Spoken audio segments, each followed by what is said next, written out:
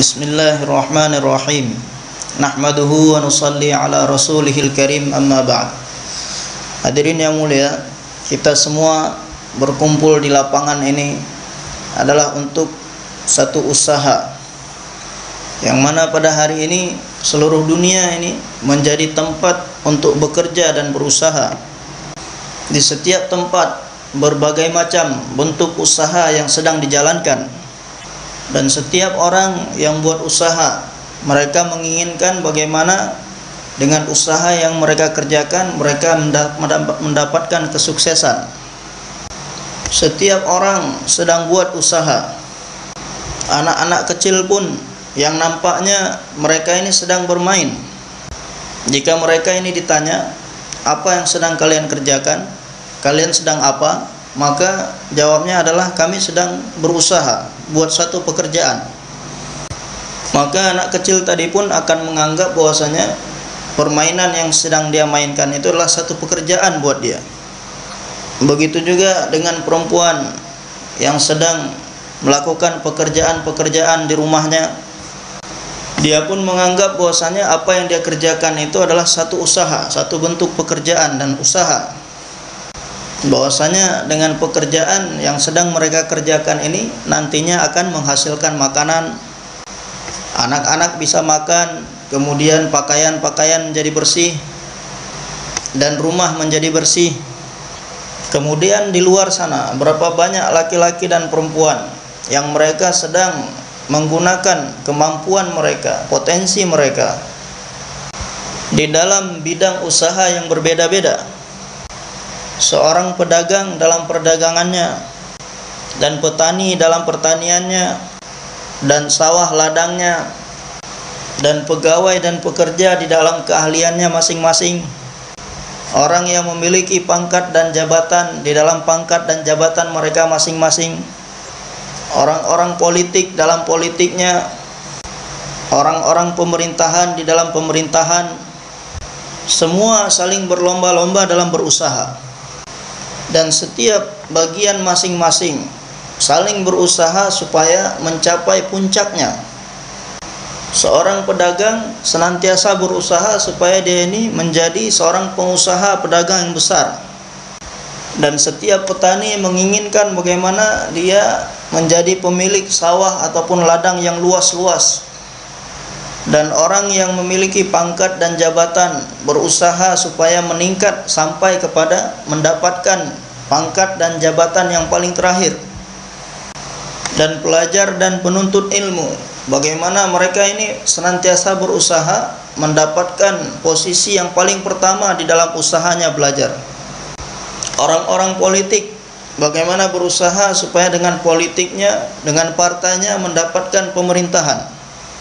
Demikian juga dengan pemerintahan, orang-orang yang memiliki pemerintahan, mereka menginginkan supaya mendapatkan pemerintahan yang berterusan untuk jangka waktu yang lama.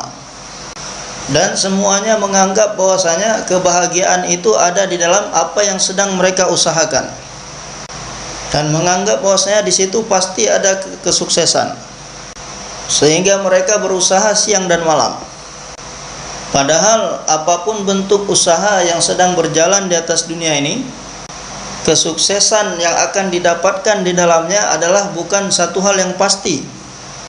Apabila kita melihat kepada sejarah yang ada di atas dunia ini, apabila kita membaca dan mendengar kisah-kisah para nabi, maka manusia akan mengetahui bahwasanya kaum-kaum sebelumnya mereka pun pernah menjalankan segala bentuk usaha yang ada pada saat ini, yang sedang kita usahakan dan kita menganggap di dalamnya adalah ada kesuksesan. Akan tetapi yang mereka dapatkan adalah kegagalan dan kehancuran. Maka pada saat ini dunia ini dipenuhi dengan berbagai macam bentuk usaha dan pekerjaan. Dan di dalam setiap bentuk usaha tersebut orang-orang menginginkan kesuksesan di dalamnya. Begitu juga dengan kita semua yang sedang berkumpul di sini. Berkumpulnya kita di sini adalah untuk satu usaha. Akan tetapi bedanya usaha kita dengan usaha yang ada di seluruh dunia saat ini adalah usaha yang dengannya kita semua berkumpul di sini saat ini bukanlah usaha yang kita buat sendiri. Akan tetapi ini adalah satu usaha yang Allah Subhanahu wa taala berikan kepada hamba-hamba yang Allah Subhanahu wa taala pilih dari setiap kaum, dari setiap kabilah, dari setiap zaman dan di setiap kampung dan setiap daerah. Orang yang paling mulia yang disebut dengan anbiya alaihimus salawatu wa taslimat, Allah telah mengutus mereka untuk buat ini usaha. Usaha yang disebabkannya sekarang kita ini berkumpul di sini. Dan usaha-usaha yang lain yang saya sebutkan sebelumnya, usaha perdagangan, pertanian, pekerjaan, usaha atas pangkat dan jabatan, usaha atas partai atau politik, keadilan dan pemerintahan, hasil yang akan didapatkan dari setiap usaha-usaha tadi bukanlah suatu hal yang pasti, akan tetapi merupakan satu hal yang mungkin. yakni seorang pedagang yang melakukan perdagangan, mungkin dengan perdagangannya tadi dia bisa mendapatkan hasil atau tidak. Begitu juga seorang petani yang berusaha atas pertanian, mungkin dengan usahanya tadi bisa mendapatkan hasil panen ataupun tidak. Dan mungkin juga seorang pedagang dengan perdagangan yang dia buat tadi malah mendapatkan kerugian bukan keuntungan. Demikian juga petani yang sedang mengusahakan pertaniannya mendapatkan satu bencana yang merusak semua pertaniannya sehingga dia tidak mendapatkan panen. Begitu juga orang-orang partai dan politik, mereka berusaha, dengan usahanya tadi mungkin saja mereka mendapatkan pemerintahan. Kalaulah semua partai dan politik ini pasti mendapatkan pemerintahan, maka tidak bisa kita bayangkan dalam satu negara itu ada ratusan ribu perdana menteri. Maka dalam setiap bentuk usaha yang ada di atas dunia ini, kesuksesan yang akan didapatkan di dalamnya adalah bukan satu hal yang pasti. Kemudian jikalaupun mendapatkan kesuksesan di dalam setiap usaha tadi, maka kesuksesan yang didapatkan oleh seorang tidak akan bertahan lama, akan tetapi untuk satu waktu yang terbatas, ataupun paling lama kesuksesan yang akan didapatkan adalah sampai kematian saja. Sedangkan berkumpulnya kita di sini adalah untuk satu usaha yang sangat mulia, yang sangat tinggi, yang mana hasil dari yang akan didapatkan dari usaha ini adalah sesuatu hal yang pasti, yang mana Allah Subhanahu wa taala akan memasukkan cahaya hidayah di dalam hati orang yang buat usaha ini. Usaha yang pasti akan mendapatkan hasil, yakni dengan usaha ini seseorang akan mendapatkan cahaya hidayah. Dan seseorang yang telah mendapatkan cahaya hidayah, maka dia akan mengenal Allah Subhanahu wa taala. Kemudian dia akan mudah untuk mentaati setiap perintah Allah, dan dia akan mudah dalam mengamalkan sunnah Nabi sallallahu alaihi wasallam. Dan pada hari ini dikarenakan kemampuan kita, potensi kita, tenaga kita, kepahaman kita, kepandaian kita, dan ilmu kita, dan amal kita, dan semua hubungan-hubungan kita dan kecintaan kita tidak digunakan untuk usaha ini, maka kita pun saat ini sedang hidup dalam kehampaan dan kekosongan dari cahaya hidayah. Yang mana disebabkan itu semua, hari ini apabila datang satu perintah Allah Subhanahu wa taala, kemudian dengan waktu yang bersamaan datang satu hajat, keperluan untuk jasmani kita, maka kita akan mendahulukan keperluan ataupun hajat jasmani kita daripada perintah Allah Subhanahu wa taala. Dari segi duniawi kita mengetahui bahwasanya ini adalah seorang menteri, ini adalah kursi, dan ini adalah seorang polisi, dan ini adalah tentara. Jika kita ini taat kepada mereka, maka kita akan mendapatkan manfaat seperti ini. Dan jika kita tidak mematuhi peraturan mereka, perkataan mereka, maka kita akan mendapatkan kerugian seperti ini. Akan tetapi tidak mengetahui bahwasanya manfaat apa yang akan saya dapatkan jika saya ini mentaati Allah Subhanahu wa taala, dan kerugian apa yang akan saya dapatkan jika saya ini tidak taat kepada Allah Subhanahu wa taala. Akan tetapi apabila seseorang ini buat usaha ini, menjalankan usaha ini, maka Allah Subhanahu wa taala akan memberikan satu cahaya, satu sinar ke dalam hati orang tersebut, yang mana dengan cahaya tadi dia akan mendapatkan ma'rifatullah dan akan masuk keagungan Allah Subhanahu wa taala ke dalam hatinya. Kebesaran Allah, kehebatan Allah, kemuliaan Allah Subhanahu wa taala akan masuk ke dalam hatinya, dan hubungannya akan semakin erat dengan Allah Subhanahu wa taala, dan akan mendapatkan kemanisan dalam kecintaan kepada Allah, dan kedekatannya dengan Allah Subhanahu wa taala semakin hari akan semakin meningkat. Dan semakin dia ini dekat kepada Allah Subhanahu wa taala, maka menyempurnakan segala perintah Allah Subhanahu wa taala akan menjadi satu hal yang akan paling dia cintai melebihi yang lainnya.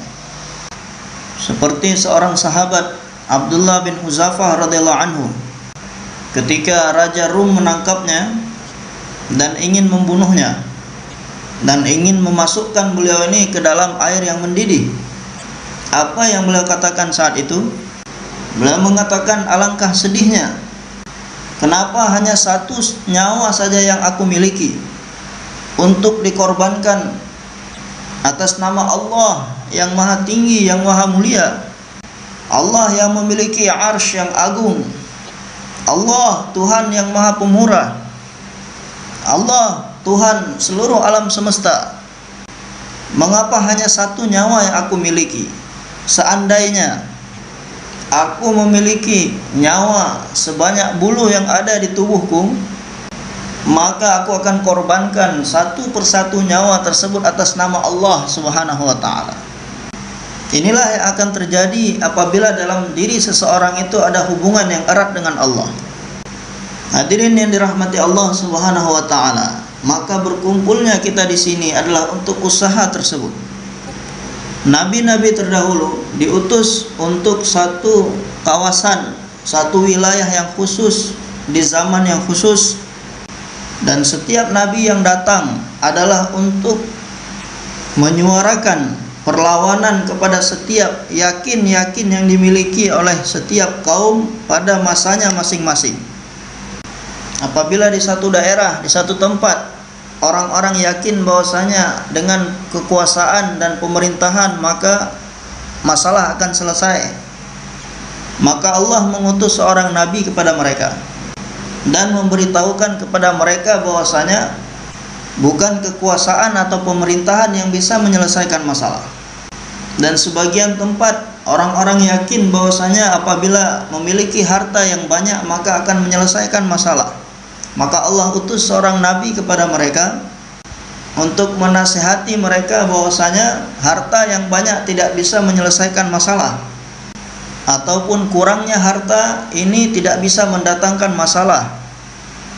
Kemudian kepada kaum yang yakin bahwasanya dengan jumlah yang banyak maka masalah akan selesai, Nabi pun datang kepada mereka bahwasanya jumlah yang banyak ini tidak bisa menyelesaikan masalah.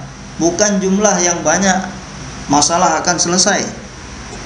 Masalah akan selesai hanya dengan pertolongan Allah Subhanahu wa taala. Kemudian kepada kaum yang yakin bahwasanya dengan militer, tentara dan persenjataan maka masalah akan selesai, maka Nabi pun datang kepada mereka dan menasihati bahwasanya tentara dan persenjataan ini tidak bisa menyelesaikan masalah. Jika kalian ingin menyelesaikan masalah, hendaknya kalian menjadikan Allah bersama kalian. Dan kepada kaum yang yakin bahwasanya dengan kekuatan fisik masalah akan selesai, maka Nabi pun datang kepada mereka dan memberi nasihat bahwasanya dengan kekuatan fisik ini bukan menyelesaikan masalah, tidak bisa menyelesaikan masalah. Akan tetapi jika Allah bersama kalian maka masalah akan selesai. Dan kepada kaum yang yakin bahwasanya dengan persawahan, pertanian, perkebunan, dan dengan membuat bendungan yang begitu besar, dan dengan perkebun-kebun yang dipenuhi dengan buah-buahan dan bunga-bunga, dan pertanian yang memberikan hasil yang sangat banyak, akan menyelesaikan masalah. Nabi pun datang kepada mereka dan memberi nasihat bahwasanya jika Allah bersama kalian maka masalah akan selesai. Dengan benda-benda tadi kalian tidak akan bisa menyelesaikan masalah. Dan orang-orang yang yakin bahwasanya dengan mendirikan bangunan-bangunan, dengan mendirikan tempat-tempat bekerja, pabrik-pabrik akan menyelesaikan masalah, maka Nabi datang kepada mereka dan memberi nasihat bahwasanya semuanya itu tidak bisa menyelesaikan masalah. Akan tetapi jika Allah Subhanahu wa taala bersama kalian maka masalah akan selesai. Maka untuk itu setiap nabi-nabi membawa satu suara. Yang pertama sekali disuarakan oleh setiap nabi-nabi adalah la ilaha illallah, termasuk baginda Rasulullah sallallahu alaihi wasallam. Maka seruan la ilaha illallah, dakwah kepada kalimah la ilaha illallah, panggilan kepada kalimah la ilaha illallah ini adalah dakwahnya setiap nabi-nabi. Yang pertama sekali adalah la ilah. Apa yang disebut dengan ilah? Di dalam bahasa Arab yang disebut dengan ilah adalah satu zat yang dengannya semua permasalahan bisa selesai. Satu zat yang bisa menyelesaikan segala permasalahan dan yang bisa menyempurnakan segala keperluan. Maka di dalam bahasa Arab zat tersebut disebut dengan Allah, disebut dengan ilah. Bisa mendapatkan makanan, minuman, pakaian, pangkat jabatan, bisa mendapatkan anak, bisa mendapatkan istri, yang bisa mendapatkan ketenangan, kesenangan, kebahagiaan, harta dan kebendaan, dan yang bisa menghilangkan kesusahan dan yang bisa menghilangkan musibah. Setiap apa saja yang bisa memberikan, menyelesaikan segala permasalahan dan memenuhi segala keperluan, dalam bahasa Arab zat tersebut disebut dengan ilah. Dan pada zaman dahulu manusia menjadikan benda yang berbeda-beda sebagai ilah mereka. Ada yang mengatakan Fir'aun bisa menyelesaikan permasalahan, ada yang mengatakan Namrud yang bisa menyelesaikan permasalahan, dan ada yang mengatakan Haman bisa menyelesaikan permasalahan, ada yang mengatakan dengan tentara bisa menyelesaikan masalah, ada yang mengatakan dengan perkebunan bisa menyelesaikan masalah, dan ada yang mengatakan bahwasanya dengan jumlah yang banyak akan menyelesaikan masalah. Jadi berbagai macam bentuk yang berbeda-beda, dan mereka meyakini semua itu adalah ilah mereka. Maka kepada setiap mereka Nabi datang mengatakan, menyampaikan kepada setiap mereka bahwasanya la ilah. Apa yang kamu anggap bahwasanya benda tersebut bisa menyelesaikan masalah itu bukanlah ilah, karena dia tidak bisa menyelesaikan permasalahan kalian. Akan tetapi illallah, hanya Allah saja yang menyelesaikan masalah. Maka untuk itu usaha setiap nabi-nabi adalah lahan usahanya, lahan kerjanya adalah hati-hati manusia. Tempat usahanya adalah hati-hati manusia, karena hati ini adalah tempat masuknya cahaya Allah. Cahaya Allah Subhanahu wa taala ini masuk ke dalam hati manusia, yang mana seluruh alam semesta ini tidak bisa menanggungnya, memikulnya. Hanya hati orang-orang beriman saja yang sanggup memikulnya. Hati seorang mukmin, hati seorang yang beriman. Oleh karena itu, anak Mujaddid Al-Fusani, Khaja Muhammad Ma'sum rahmatullah alaih, menulis di dalam tulisannya bahwasanya pada ketika masuk ghairullah, selain Allah, ke dalam hati seseorang, maka pada saat itu pun hati ini menjadi najis dan tidak suci, yang mana semuanya ini adalah ghairullah, selain Allah.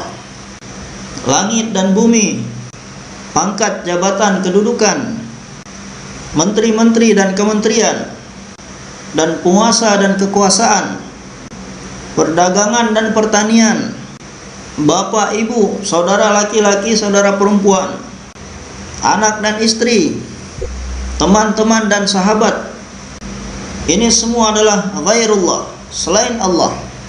Demikian juga dengan musuh. Ketika hati dimasuki oleh keyakinan-keyakinan kepada semua benda-benda tadi, maka hati pun menjadi tidak suci dan najis. Maka setiap nabi-nabi telah berusaha mengikis habis keyakinan-keyakinan kepada ghairullah melalui la ilah dari hati-hati manusia. Maka apabila hati tadi sudah bersih, kemudian barulah Allah Subhanahu wa taala yang Maha Suci akan masuk ke dalam hati tersebut. Allah Subhanahu wa taala adalah yang Maha Suci, tahir, thayyib. Maka zat tersebut akan masuk ke dalam hati. Maka oleh karena itu yang pertama sekali adalah mengeluarkan segala macam bentuk la ilah dari dalam hati, kemudian baru illallah akan masuk ke dalam hati. Supaya hati ini dibersihkan dari selain Allah, dari segala macam kebendaan-kebendaan yang dianggap bahwasanya bisa menyelesaikan segala permasalahan. Maka setelah itu baru akan masuk bahwasanya hanya Allah saja yang berkuasa ke dalam hati. Maka nabi-nabi terdahulu, setiap mereka datang kepada kaumnya masing-masing untuk menentang bentuk-bentuk ilah tertentu. Akan tetapi Imamul Anbiya, Sayyidul Mursalin, bagi baginda Nabi Muhammad sallallahu alaihi wasallam, Allah Subhanahu wa taala tidak mengutus beliau seperti nabi-nabi terdahulu hanya untuk kaum-kaum tertentu dan daerah yang tertentu. Akan tetapi Allah telah mengutus beliau untuk seluruh kaum yang ada di seluruh alam. Dan beliau tidak diutus untuk satu waktu yang tertentu, akan tetapi sampai hari kiamat untuk seluruh manusia dan jin.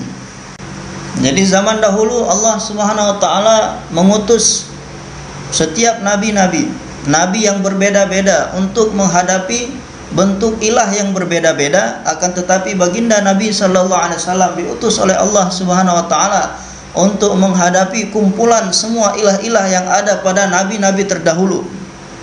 Berapa banyak bentuk ilah-ilah yang ada di masa sebelum datangnya baginda Nabi sallallahu alaihi wasallam, beliau telah diutus untuk semua kumpulan bentuk ilah tersebut, untuk melawan setiap orang yang yakin dengan jumlah yang banyak, dan untuk melawan setiap orang yang yakin dengan pangkat dan kedudukan jabatan, dan juga untuk melawan orang-orang yang yakin terhadap perdagangan dan pertaniannya, dan untuk melawan orang-orang yang yakin terhadap bangunan-bangunan, dan untuk melawan orang-orang yang yakin terhadap kekuatan fisiknya, untuk melawan orang-orang yang yakin pada ilmu, kepahaman dan kepintaran. Dan melalui baginda Nabi sallallahu alaihi wasallam maka telah diserukan suara ini, ya ayyuhan nas, ya ayyuhan nas, qulu la ilaha illallah tuflihu.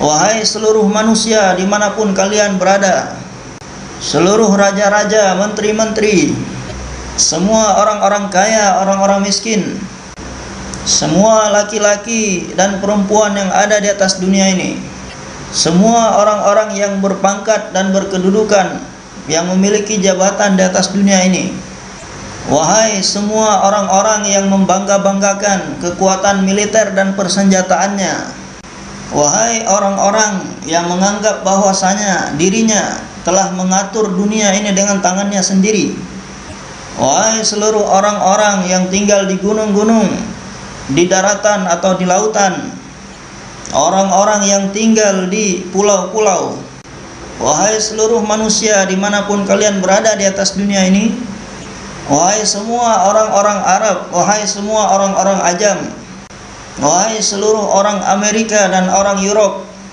semua orang-orang Asia dan orang-orang Afrika, semua orang-orang yang tinggal di hutan, yang tinggal di Cina, ataupun yang tinggal di Rusia, di bagian mana saja dari bumi ini yang mereka telah menyiapkan, membangun tempat untuk tinggal mereka, maka akuilah bahwasanya Allah ini adalah sebagai ilah kalian, maka kalian akan beruntung, kalian akan selamat. akuilah bahwasanya Allah sebagai ilah, supaya kalian yakin bahwasanya sumber kekuatan hanyalah Allah. Yang ada pada zaman kita saat ini adalah lafaz kekufuran, bahwasanya sumber kekuatan adalah rakyat. Ini adalah lafaz-lafaz yang membuat Allah Subhanahu wa taala murka. Ini adalah lafaz-lafaz yang menurunkan kemurkaan dan kemarahan Allah Subhanahu wa taala. Karena Allah Subhanahu wa taala tidak senang dibandingkan dengan siapapun ataupun dengan apapun. Hanya Allah saja, hanya Allah yang memiliki segala kekuatan. Yang maha berkuasa atas segala sesuatu hanyalah Allah. Huwa yuhyi wa yumit. Kehidupan dan kematian ada di tangan Allah Subhanahu wa taala. Allah berikan makan kepada siapa yang dikehendaki. Demikian juga kematian ini hanya ada dalam kekuasaan dan genggaman Allah Subhanahu wa taala.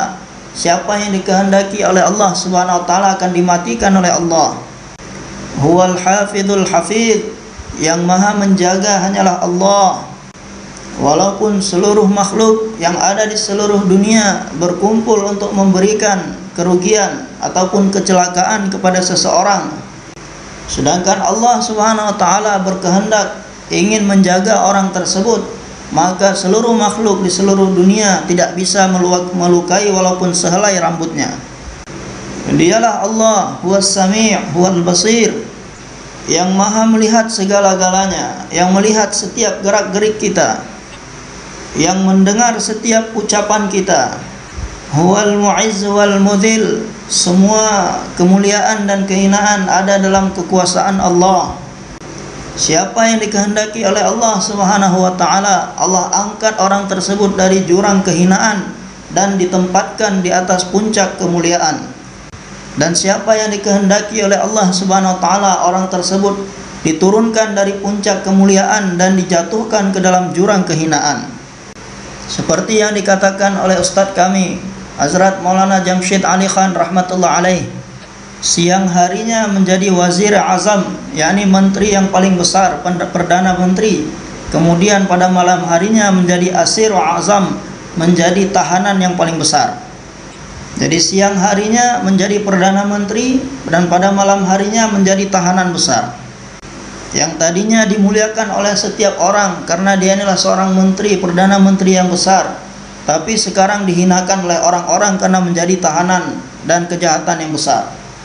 Ini semua diatur oleh Allah Subhanahu wa taala. Allah Subhanahu wa taala wahdahu la syarikalah wala mithlalah wala niddalah wala walidalah wala waladalah wala sahibatalah. Dialah yang Maha Esa, tidak ada siapapun yang bisa menyekutukan Allah Subhanahu wa taala. Tidak ada sekutu baginya, tidak ada yang menyerupainya, tidak ada yang sepertinya, tidak ada bapa dan tidak ada anak baginya, dan tidak ada istri baginya. Dialah Allah, huwal akbar, yang maha besar, akbarul akbar, yang maha besar dari segala-galanya. Supaya kalian mengakui Allah. Setiap dakwah setiap nabi-nabi adalah perkara ini, supaya kalian semua keluar dari keyakinan-keyakinan selain Allah. Hanya Allah saja yang maha segala-galanya, hanya Allah yang berbuat segala-galanya. Dan Allah Subhanahu wa ta'ala tidak memerlukan siapapun, tidak memerlukan bantuan siapapun. Huwas samad, yang tidak bergantung kepada siapapun, akan tetapi segalanya, semuanya ini bergantung kepada Allah. Dialah Allah. Lahu maqalidus samawati wal ard. Semua kunci-kunci kejayaan, kekayaan langit dan bumi ada dalam kuasanya Allah, ada dalam genggaman Allah. Lillahi ma fis samawati wa ma fil ard. Segala sesuatu yang ada di langit dan di bumi semua adalah milik Allah. Dialah yang mengatur segalanya. Segala sesuatu tunduk kepadanya. Huwal alimul khabir, yang maha mengetahui segala sesuatu sampai ke butiran-butirannya, yang maha mengetahui akan segala-galanya. yang maha mengetahui setiap apa yang ada di dalam hati-hati manusia, setiap pikiran-pikiran, bayangan-bayangan yang tersirat di dalam hati-hati kita. Allah mengetahui semuanya. Huwallahul ladzi la ilaha illahu. Hanya Allah saja yang maha segala-galanya, selebihnya adalah tipu daya. Haji Abdul Wahab Sahab rahmatullah alaih senantiasa mengatakan bahwasanya, Maulana Muhammad Ilyas rahmatullah alaih mengatakan bahwasanya apa saja yang selain Allah subhanahu wa ta'ala adalah tipu daya. Apabila Maulana Ilyas rahmatullah alaih mengucapkan Allah, maka orang-orang di sekitar beliau bisa merasakan keagungan Allah subhanahu wa ta'ala terpancar di hadapan mereka, karena begitu besar keagungan Allah yang ada dalam hati beliau. Untuk itu bagaimana kita kuatkan hubungan kita dengan Allah dan korbankan diri ini semuanya untuk Allah, untuk kecintaan kepada Allah Subhanahu wa taala, maka akan mendapatkan kelezatan dalam kemanisan cintanya kepada Allah, sehingga kita bisa merasakan manisnya kecintaan kepada Allah, sehingga kelezatan dalam menyebut nama Allah Subhanahu wa taala akan mengalahkan segala kelezatan yang ada di atas dunia ini. Bagaimana kita berusaha memasukkan Allah ke dalam hati kita? Bagaimana kita bisa menyimpan Allah di dalam hati kita? Haji Sahab mengatakan bahwasanya orang mau percaya ataupun tidak, tetapi Allah Subhanahu wa taala itu ada. Orang-orang percaya ataupun tidak, Allah yang maha segala-galanya. Selain Allah Subhanahu wa ta'ala tidak ada yang bisa buat apapun. Allah yang maha segala-galanya, Allah yang berbuat segala-galanya. Supaya keagungan Allah masuk ke dalam hati kita, jika Allah Subhanahu wa ta'ala bersama kita, segala permasalahan akan selesai. Pasti dan pasti akan selesai, permasalahan di dunia maupun permasalahan akhirat. Ketika mati dan ketika di medan mahsyar, yang akan menyelamatkan saya, menyelesaikan permasalahan saya di jembatan Shiratal Mustaqim, karena Allah bersama saya. Dan di surga nanti Allah Subhanahu wa ta'ala akan menyelamatkan saya dan menyelesaikan segala permasalahan saya untuk selama-lamanya.